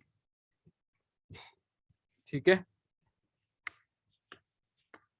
अच्छा, इसी तरह आप देख लें करोन है, पैसो है, दिनार है। ठीक है। अब ये पैसो है, इसको याद करने का तरीका है मैक सीपीयू, यानी मैक्सिको, अर्जेंटीना, क्यूबा, चाइल, ये सब साउथ अमेरिकन कंट्रीज हैं। ठीक है। Caribbean and South American countries, उनकी करेंसी है पैसो। Colombia, Philippines, Uruguay. ठीक है। यूरुग्वाई में दुनिया का पहला फीफा वर्ल्ड कप हुआ था 1930 में, ये भी क्वेश्चन आता है। ठीक है। और यही पहला वर्ल्ड कप जीते थे यूरुग्वाई की टीम। ये कहाँ की कंट्री है? साउथ अमेरिका की कंट्री है। ठीक है। और इसका कैपिटल क्या है? मोंटेविडियो। जब एक कंट्री है इससे रिलेटेड ये 4 सवाल आते हैं, मैंने आपको चारों बता दिए हैं। और 5वां सवाल, इसकी करेंसी है पैसो। ठीक है। इसी तरह क्रोन है, क्रोन किन की करेंसी है? डीजीएन, डेनमार्क, ग्रीनलैंड, नॉर्वे। ठीक है। ये नॉर्थ यूरोपियन कंट्रीज हैं, इनको स्कैंडिनेवियन कंट्रीज भी कहते हैं, ये भी क्वेश्चन आता है। ठीक है। इसी तरह शिलिंग किन की है? Tusk, Tanzania, Uganda, Somalia, Kenya. इसी तरह दिनार का आता है, जेल में तब तक से याद करना है, Jordan, Algeria, Iraq, Libya, Macedonia, Yugoslavia, Tunisia. ठीक है। करेंसी याद करने का मेथड मैंने आपको बता दिया, इनके कंप्लीट नोट्स हम आगे शेयर कर लेंगे। किसी को कोई इशू तो नहीं यहाँ तक? ये जिस तरह मेरी फिंगर टिप्स पे हैं, क्लासेस लेने के बाद आपके फिंगर टिप्स पे इसी तरह ये चीजें आ जाएंगी। ठीक है। इंशाल्लाह सर। और ये फिंगर टिप्स पे चीजें आने से ही आपकी बात बननी है। पीपीएससी अगर आपने क्लियर करना है तो ये चीजें आपकी फिंगर टिप्स पे होनी चाहिए। ठीक है। यहाँ तक किसी को इशू तो नहीं हो रहा? समझ आ रही सबको? जी सर। किसी को कोई इशू है तो पूछ सकता है। इसी तरह आप जैसे ये इंग्लिश का है, हम इंग्लिश के एक लेक्चर में टेंसेस डिस्कस करते हैं, और एक लेक्चर हमने रखा हुआ है उसके लिए करेक्शंस, जितनी भी आज तक पास पेपर में आई सीएसएस, पीएमएस और पीपीएससी में। ठीक है। हम पिछले 5 साल की करेक्शंस यहाँ पे डिस्कस करेंगे। ठीक है। आप सबके सामने करेक्शंस वाली स्क्रीन विजिबल है सबको? मुझे चैट में बता दो, ये वॉइस मैसेज में किसी को इशू तो नहीं? क्लियर स्क्रीन नजर आ रही है करेक्शंस वाली?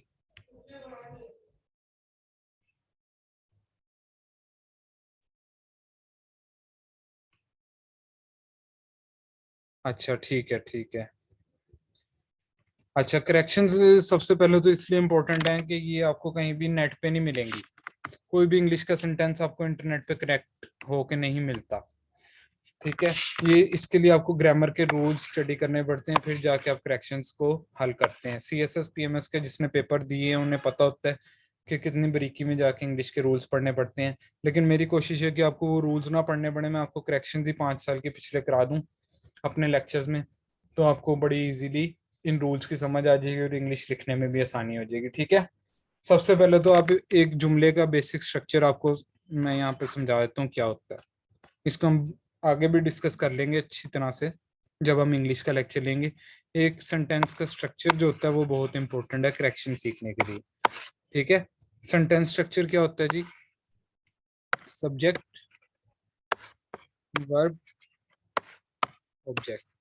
किसी भी सेंटेंस को कंप्लीट होने के लिए ये 3 चीजों का होना जरूरी है। इनके बगैर आपका सेंटेंस कंप्लीट नहीं होता, अगर कुछ भी इसमें से मिसिंग हो। अब लेट्स से हम पहली एग्जांपल देख लेते हैं। ये सीएसएस 2019 के पेपर में जो करेक्शन आई थी वो मैंने यहाँ पे सॉल्व की हुई है। ही इंजॉयड ड्यूरिंग द हॉलीडेज। अब इंजॉयड जो है ये ट्रांजिटिव वर्ब है। ठीक है। इसको हमेशा एक ऑब्जेक्ट रिक्वायर होता है, तो इसका सही आंसर क्या होगा? ही enjoyed himself during the holidays. ऊपर हिमसेल्फ मिसिंग था। ठीक है। यानी ऑब्जेक्ट मिसिंग था इस सेंटेंस में। नेक्स्ट क्वेश्चन देख लीजिए। None of the boys had learned there lesson. None of the boys जहां भी आया इसका मतलब होता है सिंगुलर की बात हो रही है, यानी किसी भी लड़के ने अपना सबक याद नहीं किया, किसी एक लड़के ने भी नहीं किया। ठीक है। तो इसके साथ वर्ब भी हमारा क्या आएगा? प्लूरल आएगा। देयर नहीं आएगा, हिज आएगा इसके साथ, ठीक है। Had, none of the boys had learn his lesson, there lesson नहीं आएगा, ठीक है। नेक्स्ट देख लें, he is abusing the money of his father. Abusing अब कभी भी यहाँ पे नहीं यूज होगा। अब्यूजिंग का मतलब होता है गालियां देना, ठीक है। लेकिन जब भी हम अब पैसा जाया करने की बात हो रही तो हम उसको मिस यूजिंग कहेंगे, he is misusing the money of his father. Next देख लें, I regret at the delay. अब regret at the delay, at इसमें गलत है, आई रिग्रेट द डिले। अब इसमें इसकी करेक्शन आपको बड़ी इजी है और इससे 4-5 आपके जुमले हल हो सकते हैं करेक्शंस के। अब जैसे रिग्रेट है, ये एक एक्सेप्शन है, ठीक है। इसके साथ कभी भी प्रपोजिशन नहीं आएगा। इसके अलावा और भी कुछ चीजें हैं उनके साथ प्रपोजिशन नहीं आती, जैसे रिजेंबल। रिजेंबल हमेशा सिंगल आता है, रिजेंबल विद कभी नहीं आता, क्योंकि रिजेंबल का अपना ही मतलब है किसी के साथ मैच करना। यानी इसकी एग्जांपल मैं आपको एक देता हूँ रिजेंबल की।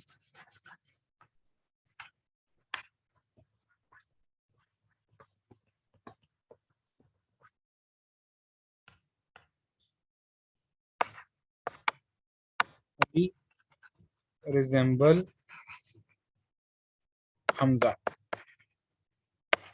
अली रिजेंबल्स विद हमजा नहीं आएगा, अली रिजेंबल हमजा, ये इनफ है, ये क्वेश्चन ठीक हो गया, यानी जुमला आपका ठीक है, ठीक है। इसी तरह मैरिड है,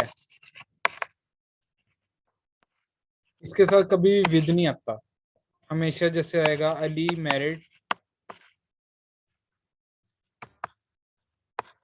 नाम या कोई भी लड़की, ठीक है, नाम हो सकता है, कभी भी मैरिड विद नहीं आएगा, ठीक है।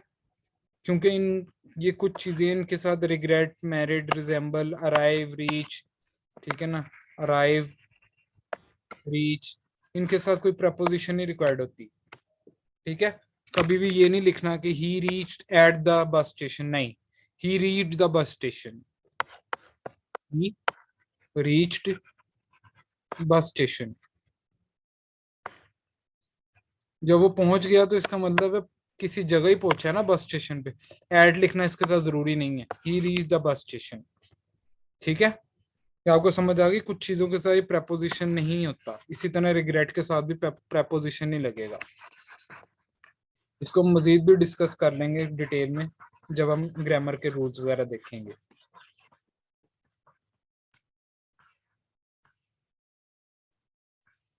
अच्छा,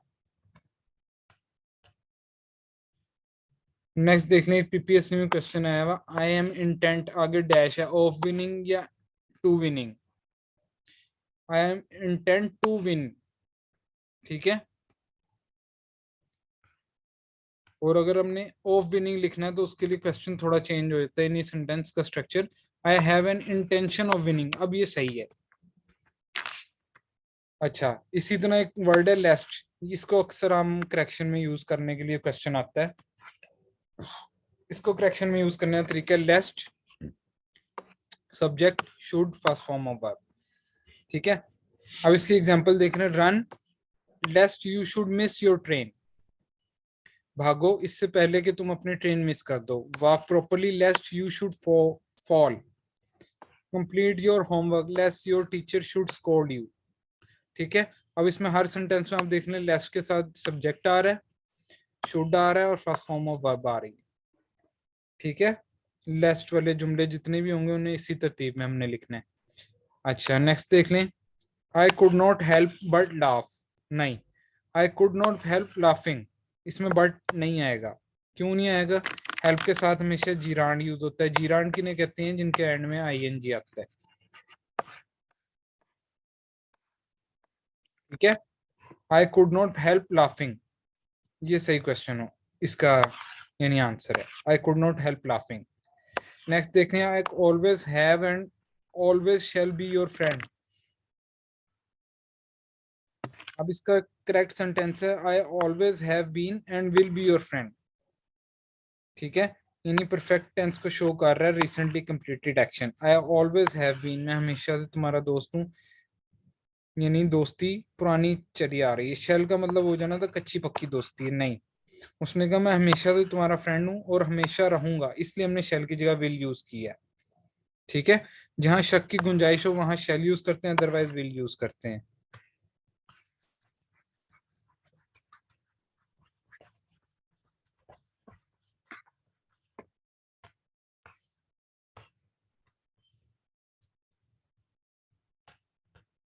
अच्छा नेक्स्ट देख लें, आई was out walking when I saw the new moon in the garden.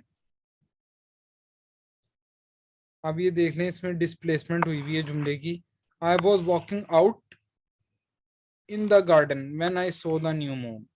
ठीक है, आई was out walking when I saw the moon in the garden. कभी भी मून को वो गार्डन में नहीं देख सकता, वो हमेशा वॉक कर सकता है गार्डन में। तो हमने इस सेंटेंस की जो सब्जेक्ट डिस्प्लेसमेंट है उसको सही करना है। ठीक है, इसको डेंजलिंग मॉडिफायर भी कहते हैं, डेंजलिंग मॉडिफायर। अच्छा, आई was out walking in the garden. अब इन द गार्डन जो फ्रेज थी हम उसको उठा के पीछे ले आए वॉकिंग के साथ। I was out walking in the garden when I saw the new moon. ठीक है, नेक्स्ट देखें, he cried as if he was mad. अच्छा, अब एक चीज बड़ी इंपॉर्टेंट है यहाँ जो मैं आपको बताने लगा हूँ, ये आपने गौर से देखनी है और इसको बेशक नोट भी करना है, ये बड़ा इंपॉर्टेंट रूल है। He cried as if he were mad. Was इसमें गलत है। वॉज इसमें क्यों गलत है? जितने भी क्वेश्चन एज इफ के साथ आएंगे,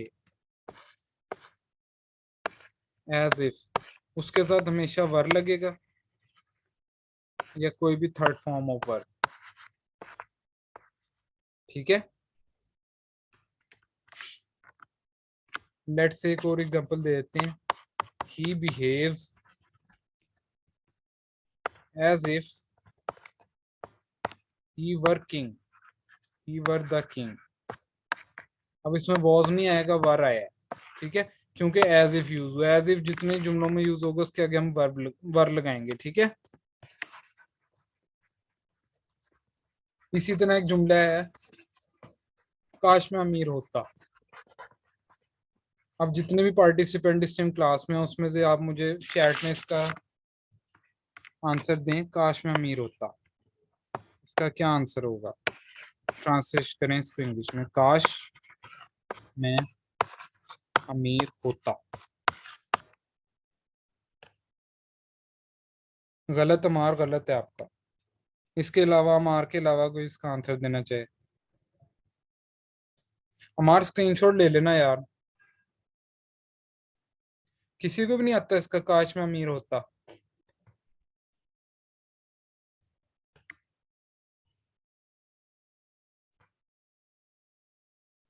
किसी को भी नहीं आता इसका आंसर, किसी को भी नहीं आता यार, कोई तो मुझे बताए अगर आता है तो।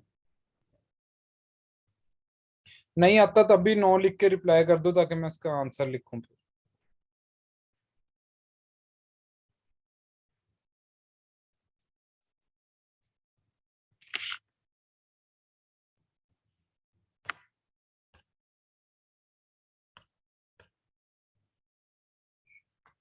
अच्छा, इसका आंसर है वुड दैट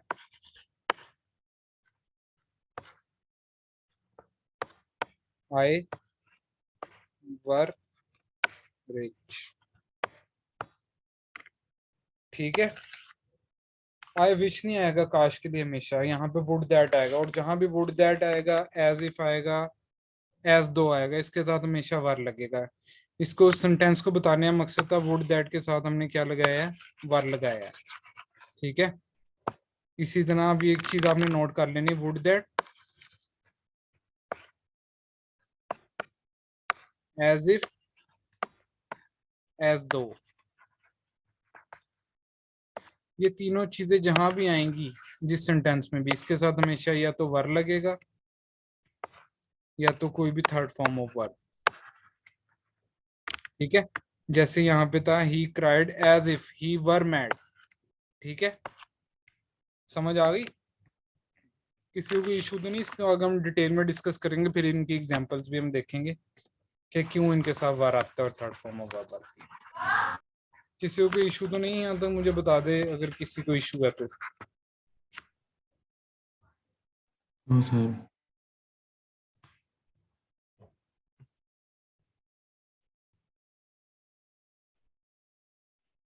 किसी को इशू नहीं, सबको आता है।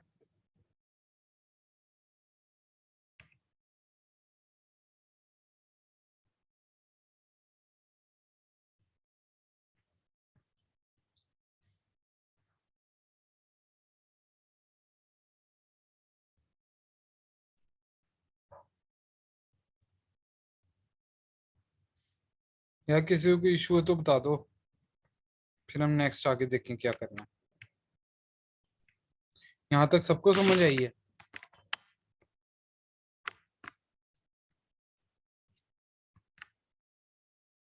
जी सर, आ गई है।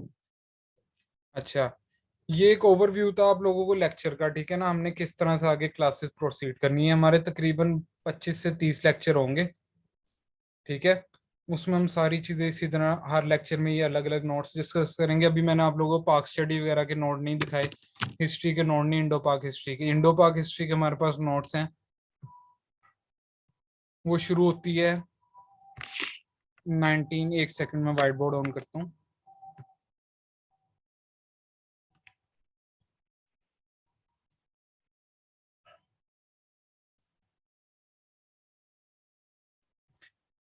अच्छा, व्हाइट बोर्ड सबको विजिबल है? मुझे चैट में एक मरतबा बता दें। लोड हो रहा है, एक मिनट। व्हाइट बोर्ड जैसे ही सबको विजिबल हो जाता है ना, मुझे काइंडली आप लोग मैसेज कर देना, फिर हम आगे शुरू करते हैं इसको।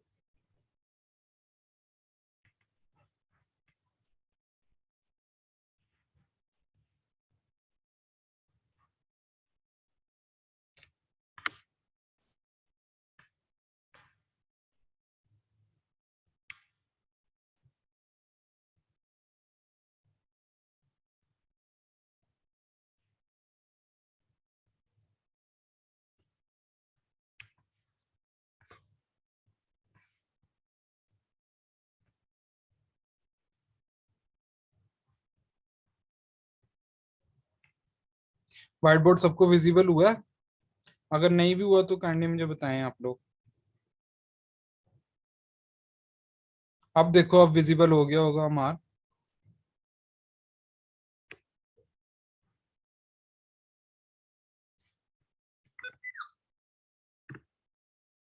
विजिबल हो गया, ठीक है। अच्छा, एक ग्रुप का लिंक भी मैंने शेयर कर दिया है। जो लोग ज्वाइन है इसमें वो ठीक है, जो लोग और ज्वाइन होना चाहते हैं वो ग्रुप में ज्वाइन हो सकते हैं, ठीक है। आज भी मैंने डेमो क्लास दी है, इंशाल्लाह कल का लेक्चर भी हम डेमो रखेंगे। जो लोग कल भी ज्वाइन होना चाहते हैं वो कर सकते हैं, ठीक है। जिनकी फीस नहीं है ये अभी तक, वो फीस जमा करवा देंगे तो उनको हम फिर परमानेंटली ज्वाइन कर लेंगे, ठीक है ना।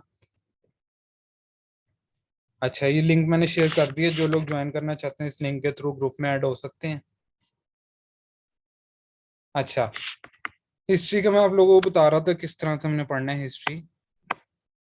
हिस्ट्री को भी हमने इसी तरह लेके चलना है जैसे इस्लामिक हिस्ट्री को लेके चलते हैं। ये इंडो पाक हिस्ट्री है, ठीक है।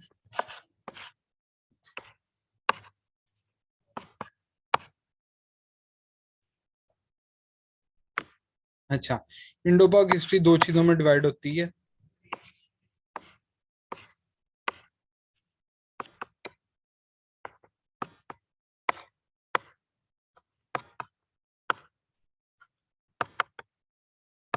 प्री पार्टीशन और पोस्ट पार्टीशन, ठीक है।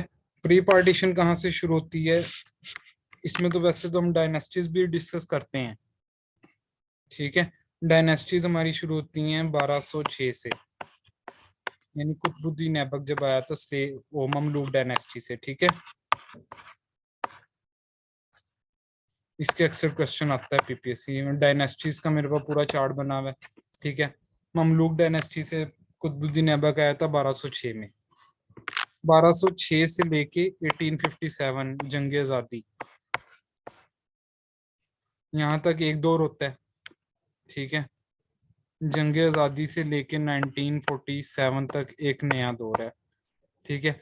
और 1947 से जो आगे जाता है 2023 तक, ये पोस्ट पार्टीशन है, ठीक है।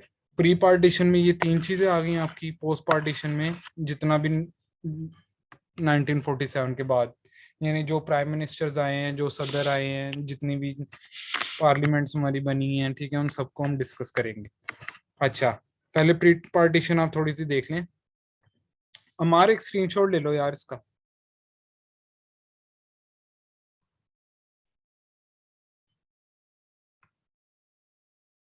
हमारे इसका एक स्क्रीनशॉट ले लो और मुझे ओके कर दो जरा ग्रुप में वो मैसेज करके।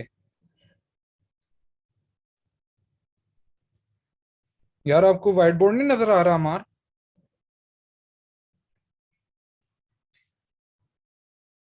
ये कैसे हो सकता है? और भी किसी को इशू आ रहा है? व्हाइट बोर्ड बाकी सबको विजिबल है? जी सर विजिबल है। हमारा आपके कोई इशू होगा यार उसमें, इंटरनेट कनेक्शन में। उज़मा तहरीम, आप कहाँ सैर कर रही हो व्हाइट बोर्ड पे? कोई भी विजिबल है। पार्टिसिपेंट ना कोलैबोरेट करे यार उस पे, आपकी मेहरबानी। समरा रफीक को भी नहीं विजिबल। अच्छा, ये जिन जिन को नहीं विजिबल ना, उनका कोई नेट का इशू होगा, इस वजह से नहीं विजिबल हो रहा। तो ये आप रिकॉर्डेड लेक्चर बेशक ले लेना अगर आपको कोई चीज इसमें मिसिंग हो रही है। अक्सर नेट का इशू उसकी वजह से नहीं विजिबल होता।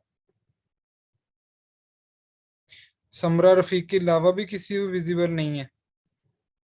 अगर नहीं विजिबल तो बताओ, फिर हम उसको। हसन टू। यार और भी किसी को इशू है तो मुझे बता दो।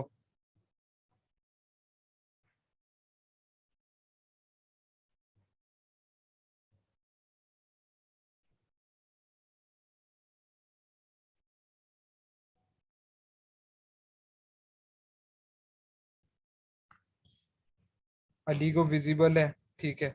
अच्छा यार, जिन लोगों को नहीं विजिबल ना, उनका यही इशू है थोड़ा सा, नेट का जब ऊपर नीचे होते हैं सिग्नल तो ये जरा लोड होने में टाइम लेता है, उन लोगों को फिर विजिबल नहीं होता जिनके सिग्नल जरा वीक होते हैं। ठीक है, तो जिनको भी इशू है वो कोई मसला नहीं है। आप लोग मुझसे इसकी रिकॉर्डिंग ले सकते हैं लेक्चर की, हमने साथ साथ रिकॉर्डिंग पे लगाया हुआ है। रिकॉर्डिंग हो रही है, मैं उसके बाद अपलोड भी कर देता हूँ ग्रुप में, ठीक है ना, हर लेक्चर के बाद। यार ये मैक्स कौन है? मैक्स आप लड़का हो लड़की हो? कहाँ सैर कर रहे हो आप व्हाइट बोर्ड पे? अच्छा, यहाँ तक हो गया। नेक्स्ट मैं आपको बताने लगूँ अब प्री पार्टीशन को हम जरा डिटेल में थोड़ा डिस्कस करने लगे, प्री पार्टीशन हिस्ट्री जितनी भी है। ठीक है, ये आप सबने गौर से देखना है प्री पार्टीशन को।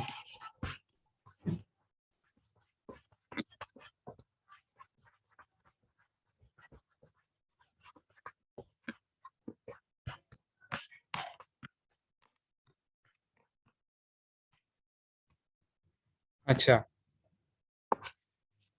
अब ये प्री पार्टीशन हिस्ट्री हम डिस्कस करने लगे।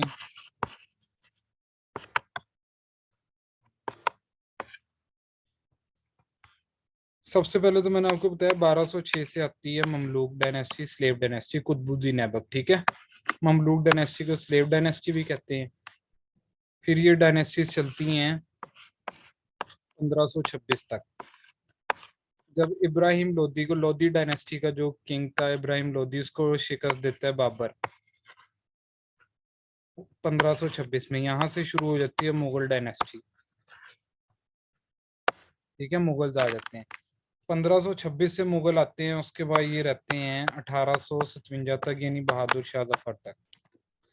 ठीक है, अच्छा ठीक है, 1857 तक यहाँ पे होती जंग आज़ादी ब्रिटिश के साथ, बहादुर शाह जफर की और बाकी सिखों वगैरह की जंग होती है, ब्रिटिश जीत जाते हैं, ईस्ट इंडिया कंपनी जीत जाती है 1857। 1857 के बाद फिर अगला दौर शुरू होता है। यहाँ मुसलमानों को होती है शिकस्त, और वो मॉरली डिग्रेड हो जाते हैं हिंदुओं, वो अंग्रेजों के सामने। ठीक है, हिंदू इस सिचुएशन का फायदा उठाते हैं और अपने आप ज्यादा करीब आना शुरू हो जाते हैं अंग्रेजों के। ठीक है, जो कि मुसलमानों के लिए बहुत ही मुश्किल चीज हो जाती है, वहाँ उनके लिए हालात बहुत मुश्किल हो जाते हैं, क्योंकि उनको अंग्रेजों के जुल्म सितम का सामना होता है। उनको लगता है कि जंग आज़ादी पे मुसलमानों ने उकसाया था हिंदुओं और सिखों को। अच्छा, नेक्स्ट देख लिया 1857 में, जब जंग आज़ादी हो जाती है, मुसलमानों का बुरा दौर शुरू हुआ हुआ है यहाँ पे, तो फिर सर सैयद अहमद खान आते हैं। ठीक है, हम इनके बारे में किताबों में भी पढ़ते रहे हैं, लेकिन यहाँ पे इनका रोल जरा ज़्यादा इम्पोर्टेंट है। 1817 में इनकी पैदाइश होती है और 1898 तक इनका दौर है, इसमें वफात होती है। ठीक है, इस सारे अरसे के दरमियान सर सैयद अहमद खान की खिदमात जितनी भी हैं, ज़्यादातर एजुकेशनल अपलिफ्ट ऑफ मुस्लिम्स है। ठीक है, उनको गफलत की नींद से जगाया, उनको शऊर दिया, तालीम दी। ठीक है, उनको बताया कि अंग्रेज तुम्हारे दुश्मन नहीं है, तुम्हारी जहालत तुम्हारी दुश्मन है। अगर तुम किताबें पढ़ोगे, हर चीज़ को देखोगे, जदीद दौर के साथ चलोगे, तो हिंदुओं के मुकाबले में compete कर सकते हो, ठीक है। वरना सारी सरकारी जॉब्स पे ज्यादातर हिंदुओं का कब्जा था उस दौर में भी, मुसलमानों में ज्यादा लोग पढ़े लिखे नहीं थे। अच्छा, ये सर सैयद का दौर है, हमने सर सैयद से शुरू होनी है हिस्ट्री 1817 से, ठीक है। क्रोनोलॉजिकल ऑर्डर में हम चलेंगे 1817 से लेके जितने भी इवेंट होते हैं 1947 तक। ये हमारी पोस्ट पार्टीशन यहाँ पे, ओ सॉरी, प्री पार्टीशन हिस्ट्री हमारी यहाँ तक कवर हो जाएगी 1947 तक, ठीक है। इसके बाद पोस्ट पार्टीशन आती है 1947 के बाद। इससे कोई इशू तो नहीं, मैं अभी थोड़ा ओवरव्यू दे रहा हूँ चीजों का, क्योंकि आज पहला दिन है, कुछ लोग लेट भी ज्वाइन करते हैं, हर चीज की उन्हें समझ नहीं आती। इन सारी चीजों को हम डिटेल में डिस्कस करेंगे, ठीक है। 1947 के बाद की हिस्ट्री जो है वो पोस्ट पार्टीशन है। अब इससे रिलेटेड पीपीएससी में बहुत क्वेश्चन आते हैं, नहीं लेट्स से मैं आपको एग्जांपल देता हूँ। वो पूछ लेता है जी आपके प्राइम मिनिस्टर कौन थे। सबको पता है पहले प्राइम मिनिस्टर थे हमारे लियाकत अली खान, उसके बाद किसी को याद नहीं होता, ठीक है। उसको याद करने के फार्मूला है,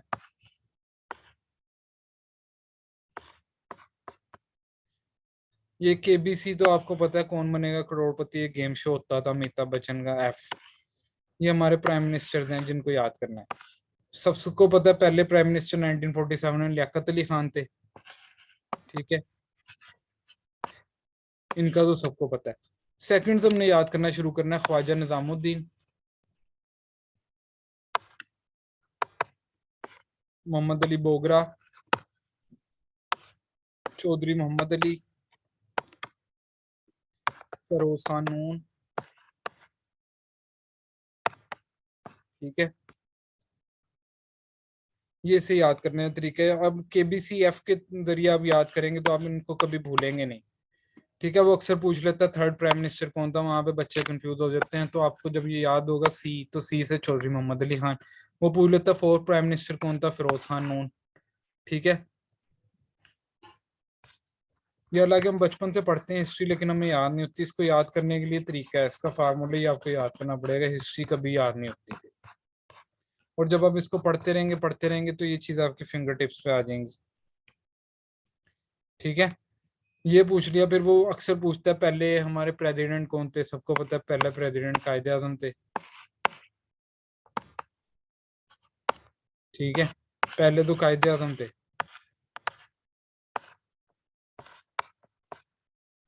फिर वो इसके अलावा पूछ लेता है जी, ओ सॉरी प्रेसिडेंट नहीं, गवर्नर जनरल हमारे पहले कायदे आजम थे। आखिरी गवर्नर जनरल कौन था हमारा, सिकंदर मिर्जा, ठीक है।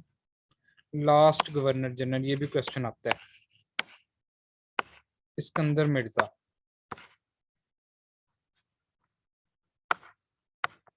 फिर वो पूछता है पहला आपका प्रेसिडेंट कौन था। पहला प्रेसिडेंट भी सिकंदर मिर्जा ही था, ठीक है। 1956 में जब मार्शल लॉ लगा तो सिकंदर मिर्जा गवर्नर जनरल था, और मार्शल लॉ के बाद ये प्रेसिडेंट बन गया, ठीक है ना, पहला प्रेसिडेंट। इसी तरह जितने अभी हमने जैसे प्राइम मिनिस्टर याद किए, इसी तरह प्रेसिडेंट भी हैं, उनको याद करने का अलग तरीका है, ठीक है। वो हम नोट्स में डिस्कस करेंगे, सारे मेरे पास नोट्स बने हुए हैं। जब हम डिटेल में इंडो पाक हिस्ट्री का लेक्चर लेंगे उसमें डिस्कस करेंगे। अभी तक किसी को इशू है तो मुझे बताया यार। आज का लेक्चर फिर हम खत्म करने लगे हैं। ग्रुप का लिंक मैंने शेयर कर दिया है यहाँ पे, जो लोग ज्वाइन करना चाहते हैं वो कर सकते हैं। कल तक अपनी फीस जमा कराएं, फिर आगे वो कंटिन्यू भी कर सकते हैं, ठीक है। यहाँ तक किसी को इशू है तो बताओ। बेशक माइक ऑन कर लो, आप लोग उसमें पूछ सकते हो, ठीक है। पेड वर्जन है हमारे पास जूम का, हर लेक्चर रिकॉर्ड हो रहा है। आज के लेक्चर की रिकॉर्डिंग अब मैं बंद कर रहा हूँ।